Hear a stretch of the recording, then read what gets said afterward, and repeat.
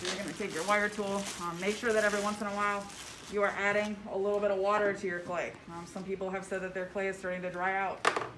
You know, you're in charge of your own clay right now, so you gotta spray a little bit of clay on there every once in a while to make sure that you're keeping it the right consistency so that you can still work with it.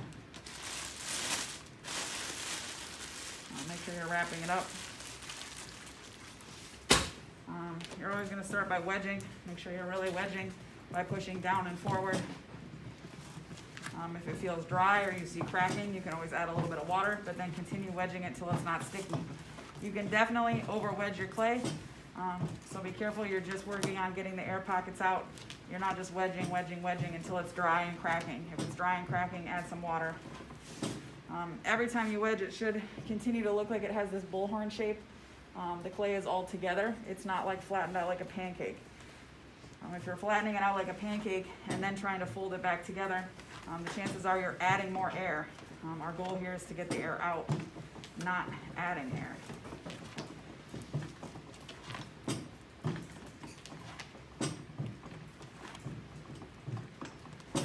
I always think it's better to wedge. It's a little bit easier. Wedge a little more than you need. You can always cut a little bit off. Once you feel like it's pretty good, we're going to start forming whatever sketches got approved by me. So I don't need all of this, so I'm going to take off a little bit. All right. Really work with your finger, thumb, get rid of any cracks, deep spots.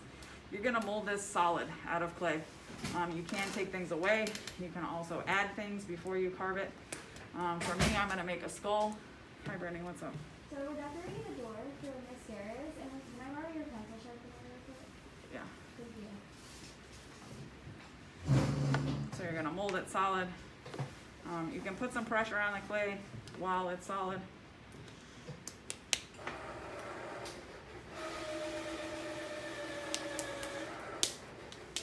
It might take you a whole day to kind of form your piece. That's okay. You will probably start this next class.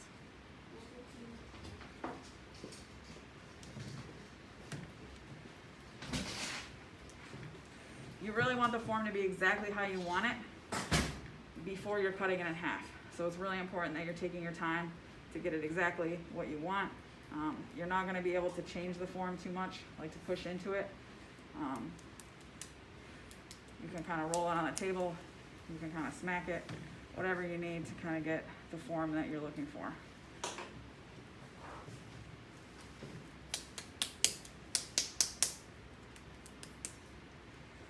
Make sure that things are smooth, you know, that you're not trapping any air anywhere. And make sure it looks pretty good. Okay, so for me, I'm making a skull. Make my eye holes. Anything that you're gonna kind of like push in, you wanna make sure you're doing that first. You can always add things on later, or you can add it on by slipping and scoring before you cut it. That's okay too.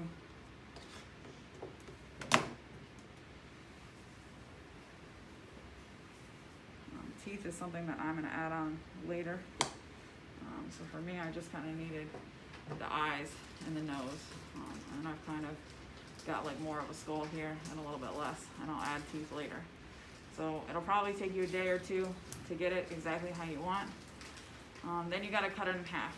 So for me, I don't wanna cut it straight through the face because I don't wanna goof up my eyes or anything. So I'm gonna turn it to the side and then cut it that way. It's easier to cut these in half if you have a friend, someone near you. One person holds the wire tool really taut, and then the other person kind of just passes it through. You want a really nice, even, smooth cut. You don't want like a weird, jagged cut. It's harder to put back together. But if you are alone by yourself, that's okay. You can still do it. Kind of just push it down all the way through. Try to get it as straight as you can. And then just kind of pull it. You want it to be really straight. It should cut right through. So again, I did the side because I didn't want to mess up the face or the back. Depending on what you're doing, it might matter, it might not matter. When you're not working on it, you should really put it down on the flat side. That way it's not laying and like getting smashed on the other parts. It'll keep the form better. The next step is to kind of draw where you need to carve it out. You have to leave yourself some space for where you're going to slip and score it together. So it's helpful to have that kind of lip drawn out on both your pieces, because you are going to have to attach these back together somehow. So you want to leave space where you're going to slip and score it. The next step is to carve them out with the loop tools. You have a big loop tool and a small loop tool. I suggest that you start with the small one. Okay, you guys haven't done this before. It's really easy to go too far. If you go through all the way, you're going to have to start over, like re-wedge the clay and start forming it again. So really take your time. You should hold it in your hand for a couple reasons. You want to cradle the clay so that you can always check how even the thickness is. You also want to be feeling how thin you're making it so that you don't go through too far. This part for me is a lot shallower than this part, so I'll be able to dig out some space. You do have to dig out some space because the rattles need to go somewhere. Also, clay cannot be thicker than your finger or it'll blow up, and you also need something that's thinner than a finger. So really take your time. This will probably take you a day just to kind of get the inside carved out, but really go slow. If you go too fast, you can punch through the wall and have to start over. So really take your time and scoop it out. It's really helpful if you draw that wall so you know how far and how thick it needs to be all the way around.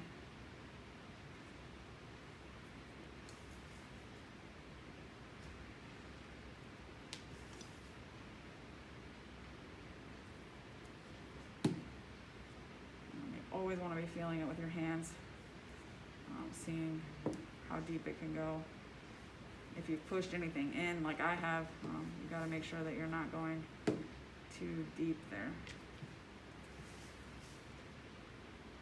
It really should be even in parts like deep corners tend to be too much clay. So always be feeling it like we did with the pinch pot, even though it's like a different shape, form.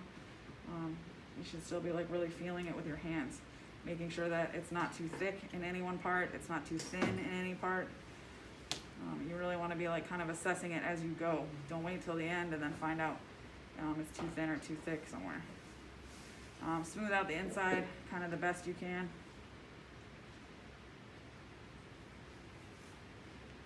And then again, when you're not using it, you want to make sure you keep it kind of on the flat side. It'll make it a little bit easier for you. You're going to do the same thing with the other side.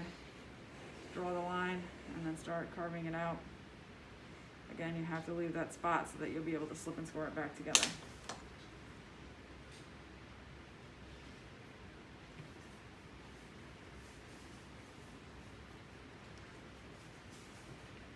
For me, I got to be really careful on this one because the eyes are pretty deep.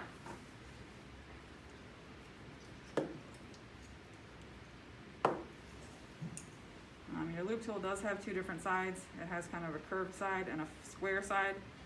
So kind of depending on what you're making, you can utilize either end.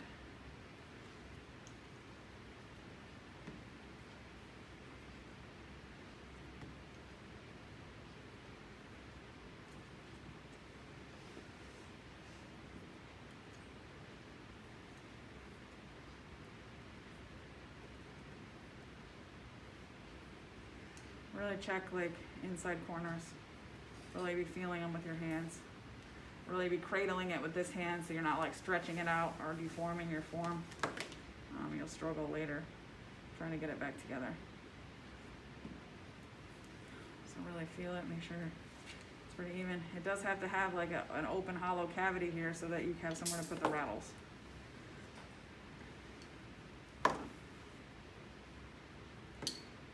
Try to smooth everything out.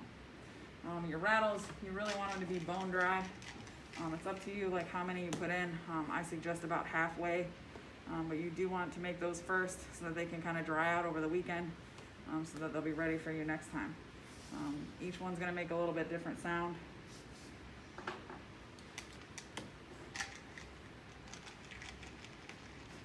And you want to kind of like fill it up about halfway or a little bit more with your rattlers. The next step is to make sure that you're scoring and slipping. So go around the entire edge. Again, you're cradling it, you're holding it so you're not like squeezing it and getting it out of shape. When I score, I go both directions. I go one way, then the other way. You don't want to go super deep, but you do need to really like rough up the surface. Kind of set that to the side. And you're going to do the same thing here. You're going to make sure that you really slip and score it all the way so that you can put it back together.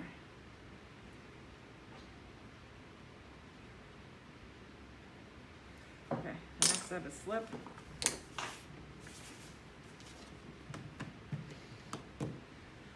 So you're going to take your slip. You are going to need slip for all your projects, so make sure you're kind of keeping all the little schmutz in a container, letting it get to bone dry. That way when it's bone dry, you can add some water, mix it up, and you can get some really nice slip. If you're at home, you have to kind of maintain your own slip, so make sure it doesn't get too low. Really get a lot of slip. You want it to be like the creamy, fat, slimy slip. You don't want it to be just like water. Like really get a lot on there. You want to fill all those holes that you made. You basically made 1,000,000 air pockets. We've got to fill those so that you can get the clay to kind of stick back together. Set that to the side. You're going to do the same thing over here, making sure that you really fill it in. We're video, right?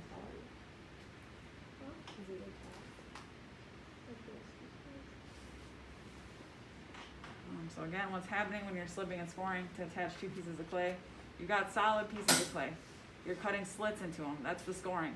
Then you're going to fill those with the slip. As the slip is drying and contracting and starting to dry up, it's like squeezing it and it's going to pull those things together. So it's really important that you got slip filling all those cracks. Try not to get too much slip on the inside because you don't want them to stick to your little rattlers and make it so that they don't work. You're going to have to kind of line these up. Sometimes you have to finesse it just a little bit. So kind of put it together. Hopefully you didn't squeeze it too much. And you might have to like push and pull the edges just a little bit. Take your time to make sure that it fits back together just right. So take some time, line it up. It's okay if a little bit of slip oozes out. It's better if it oozes out to the outside than the inside. And now you're starting to get it back together.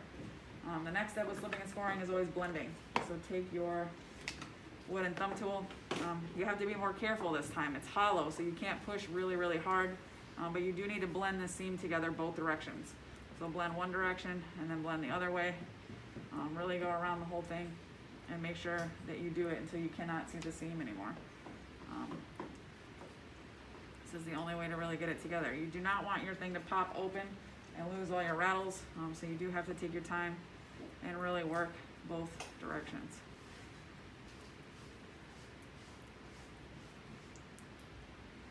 Okay, we're going to set this to the side. We need to make a coil. We need a coil that's going to fit around the whole thing. It doesn't have to be as fat as the one that we made last time. It can be more like needle tool size or pencil size. It doesn't need to be finger size. It's important that after you've blended it together, that you're making a coil. It's going to kind of be like your insurance policy that's going to go around the outside and make sure that your seam doesn't pop.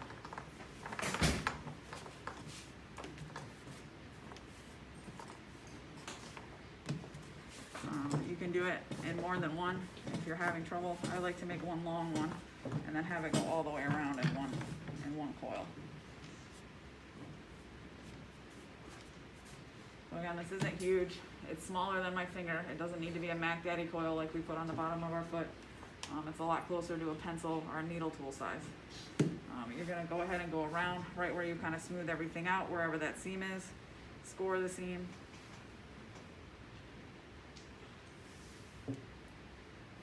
Again, kind of working both directions.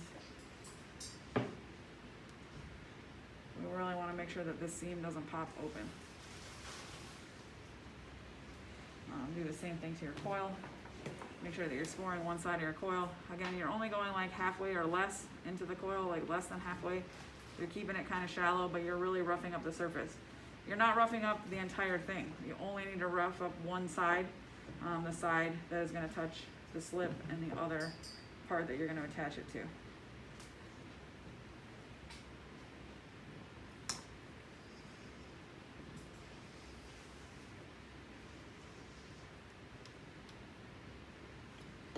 So you got one side scored, the rest of it smooth. You've got your project scored. You're going to take slip you're gonna do the same thing. You're gonna make sure that you fill all those little cracks. It's okay if it oozes a little bit. It's better to have a little too much than not enough. But you really don't want to be just like covering your project with slip. That doesn't actually help anything. It just makes it difficult to work with and kind of slimy. So you only really want to put the slip where you need it, right where you're going to slip and score.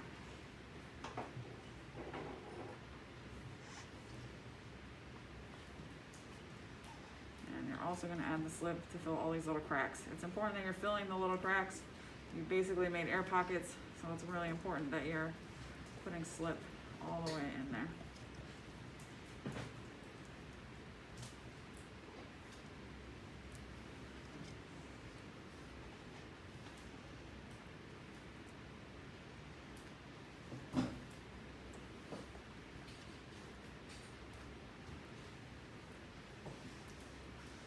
Okay, then you're going to put it slip to slip, kind of line it up. I like to kind of push it on there as I go. Get it all the way around. Now you're going to use your thumb tool again and blend it. You're going to blend it both directions. You're making kind of a band-aid that's going to go over that seam to make sure that the seam doesn't pop. You have to blend it first, but then after you blended it, you're going to put this seam on it. Take your thumb tool, again, kind of be gentle because it is a hollow form now. And you're going to push it on one side, and then you're going to push it over to the other side. You're kind of like bridging the gap. You don't want a huge coil because then it's hard to get rid of the bump. We don't want to see a bump, but we don't want to see the seam either. So kind of really take your time, go around it, make sure you're blending it out over the seam both ways.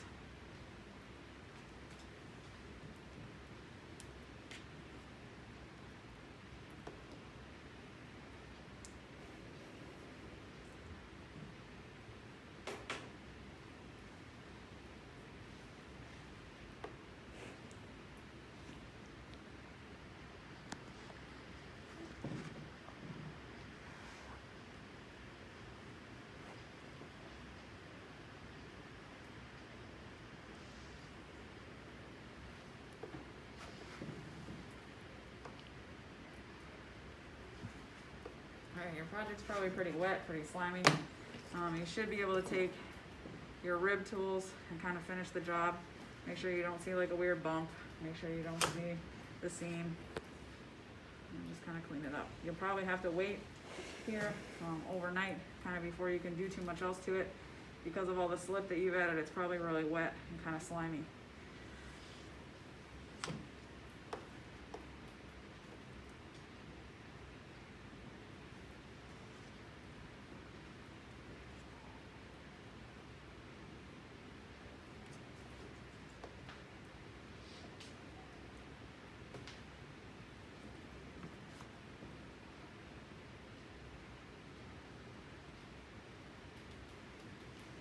You should be able to kind of start smoothing it with your fingers. Again, if it's really tacky, you might have to kind of wait a day. Be careful how hard you're pushing. It is hollow, so you can't really like push on it like you did before. Sometimes you can hear the little rattles in there. Mine weren't quite dry enough, so I might not be able to hear them for a while. It's okay, sometimes they do get stuck on the inside, so you might not be able to hear it. It is important that you're always putting your name on the bottom of things, your first initial and your last name, and then what class period you're in. This one's B4. It's a good idea to start putting your holes in. You can either put like one big hole in the back, but make sure that it goes through. Like make sure you can see black on the inside. Your other option is to take needle tool holes, but I would never do just one hole. I would do like multiple holes, because if one of those holes got filled up but you had another one, you'd be okay. So if you're going to do a needle tool because you have really small pieces, that's fine. I would do 2 or 3 or more holes. If you have bigger ones, you can use the back, and then that's fine. Just make sure that it goes through. Sometimes when you're pushing it in, it pulls the plug kind of back, so sometimes you have to hit it and make sure that it goes in there all the way. You do have to wrap them up when you're done using them, and then when you kind of come in next time, you can start doing stuff to it. You can start adding the texture. For me, I will make little teeth, and I will start slipping and scoring like little tiny baby teeth onto mine. can add appendages or things to it. You just don't want like a large handle. So for me, like when I start working on mine, I'll slip and score like small little teeth, onto it and kind of push them on there as I'm working on it over the next couple days. And then eventually it will make sound. Make sure that you do wrap them up really well as you're working on it. You might not get this far all in one day. I worked kind of fast to make sure that you could see all the steps in one video. But it might take you one whole day to form it. It might take you another day to cut it in half and hollow it out. It might take you that same day or partly the next day to get it blended together. So this will take a couple days. Make sure that you're really wrapping things up. You really want to keep them nice and moist.